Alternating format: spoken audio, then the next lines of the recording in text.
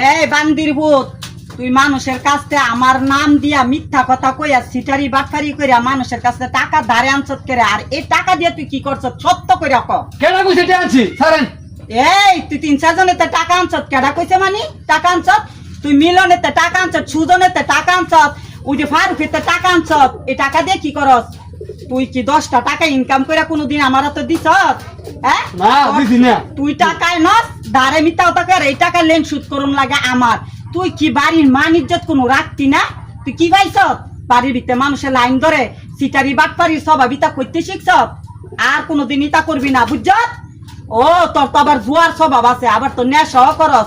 তুই বুঝি টাকা ধারে আন না, জুয়া খেলস, নেশা করস না? আর কোনোদিন টাকা ধারে আনবি? মাইরা তোর যা মাইরালাম বান্দির ভূত। কি খাইছ তুই? আর খেলবি জুয়া? যাইতাম না। আর সত্য করে কও, আর জুয়া খেলবি? না, নেশা করবি? আরে না। মানুষের তুমি মিথ্যা কথা কয়ে ধারে টাকা আনবি? না ছাড়েন। আর কোনোদিন যে আমি শুনি না মানুষে যে আমার কাছে খারাপ সাপোর্ট দেয় না, মনে থাকবো। আমি বেতা পাইছি না কোনছে। বেতা ভাইলে বেতার চিন্তা যদি করস তো এইগুলা করস করে, আর যাইতাম না ছাড়েন। এইসব কাজা করস করে। আর কোনোদিন যে শুনি না এইসব পথে গেছ, তার এইসব খারাপ কাজ করছ, কথাটা যে মনে থাকে।